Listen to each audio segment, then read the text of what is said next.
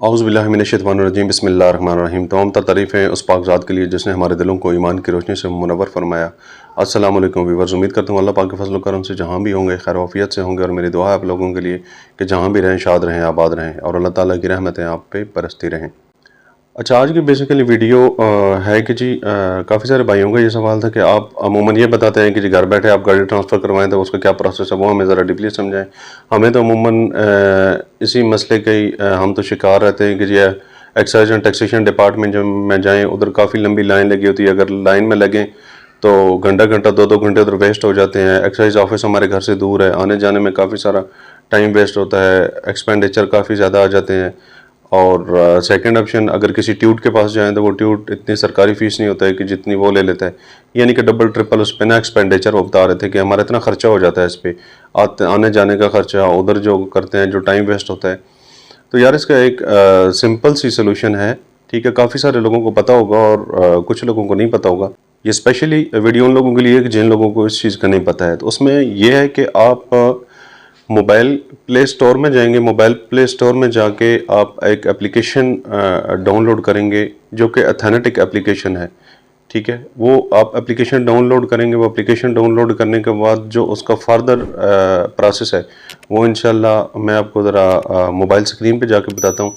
तो आइए चलते हैं मोबाइल स्क्रीन पे और इस प्रोसेस को है डीपली स्टडी करते हैं।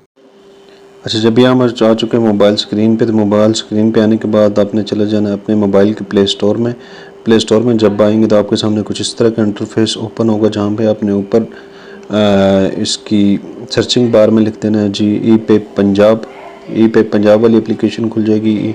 ई पे सिंध वाली भी है, लेकिन आपने ई पे पंजाब वाली जो है वो एप्लीकेशन ओपन करनी है। जब आप ई पे पंजाब वाली एप्लीकेशन ओपन करेंगे तो आपके सामने दो ऑप्शन आ जाएंगे, ठीक है। जब आप ई पे पंजाब वाली एप्लीकेशन ओपन करेंगे तो आपके सामने ऑप्शन आ जाएगा इंस्टॉल वाला। ये मेरे सामने ऑप्शन आ रहा है ओपन वाला, क्योंकि मैंने पहले से डाउनलोड करके रखी हुई है एप्लीकेशन। तो आपने उधर से इंस्टॉल कर लेनी है। इंस्टॉल करने के बाद दोबारा से फिर से आपने ओपन करनी है। जो एप्लीकेशन आप ओपन करेंगे तो मेरा तो पहले से मोबाइल नंबर रजिस्टर्ड है, लेकिन आपको समझाने के लिए बता रहा हूँ कि आपने नीचे रजिस्टर्ड पे क्लिक करना है। रजिस्टर्ड पे क्लिक करने के बाद इस तरह का इंटरफेस आपके सामने ओपन होगा। सबसे ऊपर आपने मोबाइल नंबर अपने एंटर करना है। मोबाइल नंबर एंटर करने के बाद आपने अपना नाम एंटर करना है। नाम के नीचे आपने अपना CNIC एंटर करना है, ईमेल, पासवर्ड और दोबारा जो जो चीज़ें वो मांगता जाता है वो आपने इसको देनी है, ठीक है। और आपका लॉगिन हो जाएगा, ठीक है। उसके बाद दोबारा से आपने आना है, दोबारा से अपना मोबाइल नंबर देना है और पासवर्ड देना है। जो मोबाइल नंबर आप फर्स्ट टाइम ऐड करेंगे उस पर एक पासवर्ड आएगा, वो पासवर्ड आपने, क्योंकि वो कंफर्म करता है कि आया वही बंदा है या कोई और है, तो वो आपने कंफर्म करने के बाद दोबारा इधर से लॉग इन कर लेना है।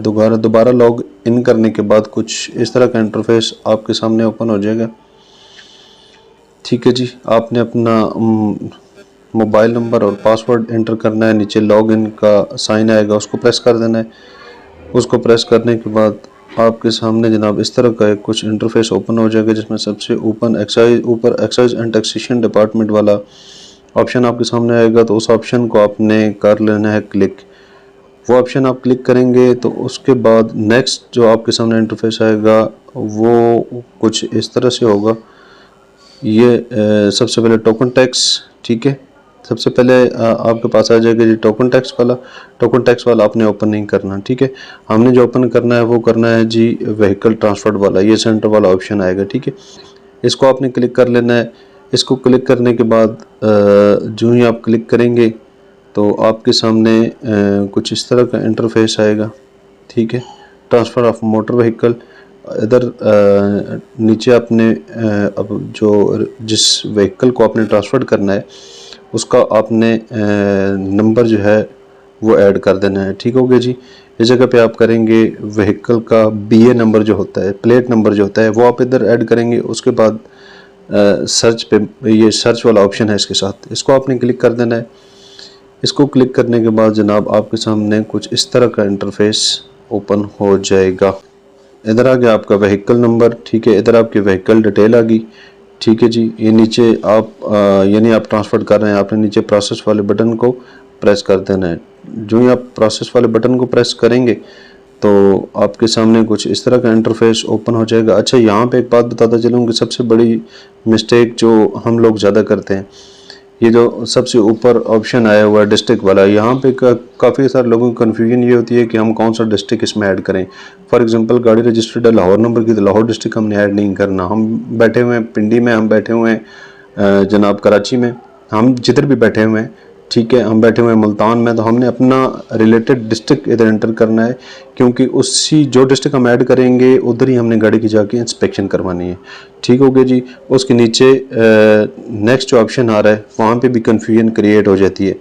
यहाँ पे एक आ रहा है इंडिविजुअल वाला, एक आ रहा है ऑर्गेनाइजेशन वाला। ऑर्गेनाइजेशन जो है ये आप किसी कंपनी के नाम पे गाड़ी करवा रहे हैं तब आपने इसको क्लिक करना है, लेकिन हम कंपनी के नाम पे नहीं कर रहे, हम गाड़ी करवा रहे हैं अपने नाम पर। ठीक है, इंडिविजुअल पर्सनल, तो हमने इंडिविजुअल वाले बटन को क्लिक करना है। ठीक है जी। उसके बाद नेक्स्ट ऑप्शन आ जाता है हमारे पास आईडी कार्ड वाला। तो सिंपली हमने इधर अपना जो आईडी कार्ड है उसका नंबर ऐड कर देना है। ठीक हो गया। नंबर ऐड करने के बाद फेच डाटा पे हमने प्रेस करना है। फेच डाटा पे प्रेस करने के बाद हमारे सामने कुछ इस तरह का इंटरफेस ओपन हो जाएगा। ठीक है जी। ये जो आपने उधर अपनी तमाम तर मालूमात दी है वो सारी की सारी ओपन हो जाएगी। ठीक है, गाड़ी ऑनर जिसके नाम पर है वो ओपन हो जाएगी।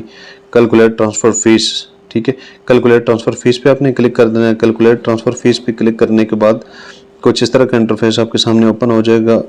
तो इसमें देखें कि ये सारी की सारी फ़ीस कैलकुलेट होके आ गई है। ठीक है जी, ये देखें। तो इसके बाद हमने क्या करना है जी, जनरेट चालान। ठीक है, जनरेट चालान पे हमने क्लिक करना है। जनरेट चालान, जब उस जनरेट चालान वाले इस ऑप्शन पे, जब जनरेट चालान वाले ऑप्शन पे क्लिक करेंगे तो इस तरह का इंटरफेस हमारे सामने हो जाएगा ओपन।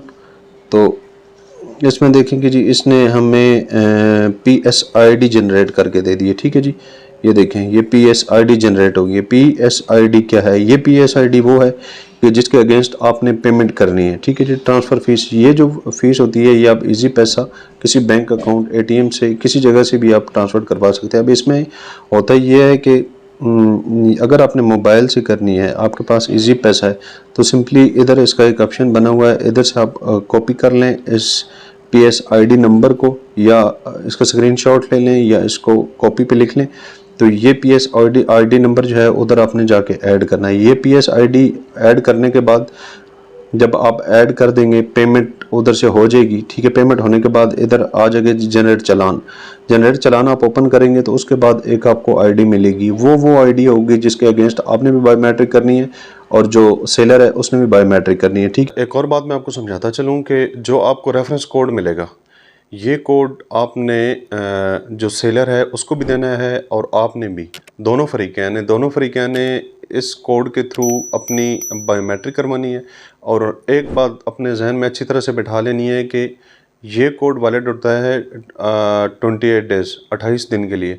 28 दिन के अंदर अंदर दोनों फरीक़ैन ने बायोमेट्रिक कन्फर्म करनी होती है। ठीक है, अगर आप 28 दिनों के अंदर अपनी बायोमेट्रिक कंफर्म नहीं करेंगे तो ये जो सारा प्रोसेस मैंने आपको बताया है, ये सारा प्रोसेस विद सबमिशन फ़ीस जो आपने फ़ीस पे की हुई है उसके साथ आपको दोबारा फिर से नए सिरे से ये प्रोसेस करवाना पड़ेगा। तो कोशिश ये करें कि जितना जल्दी हो सके आप इस को अपनी बायोमेट्रिक करवा के अपनी भी जान छुड़वाएँ। ठीक है, ताकि अपने सर से, आपके सर से उतर जाए और डिपार्टमेंट के सर पे आ जाए। ठीक है, जब आप बायोमेट्रिक करवा लेंगे, बायोमेट्रिक करवाने के बाद दोनों फरीक़ैन की वो आप सबमिट करवा देंगे, तो उसके बाद जो डिपार्टमेंट का है, मेरे ख्याल में कोई ज़्यादा से ज़्यादा 1 महीना या 1.5 महीना लग जाता है इसके स्मार्ट कार्ड के प्रोसेस का। तो वो स्मार्ट कार्ड जो है वो आपका एज़ पर होम एड्रेस वो पहुँच जाएगा, उसमें कोई इशू नहीं है। तो अगर वो ट्रैक करना है आपने कि जी आपका स्मार्ट कार्ड किधर पहुंचा है, इसके लिए वीडियो भी मैंने बनाई हुई है, लेकिन एक नेक्स्ट वीडियो जो है, अभी ये वीडियो काफ़ी लंबी हो जाएगी अगर वो भी चीज़ें इसमें ऐड कर दें, तो नेक्स्ट वीडियो में इंशाल्लाह इस चीज़ पे भी ज़रा डीपली मैं आपको ब्रीफ़ करूँगा इंशाल्लाह। तो ये थी आज की वीडियो। अगर आप लोगों को पसंद आई हो, अच्छी लगी हो, तो जनाब लाइक शेयर कर दीजिएगा।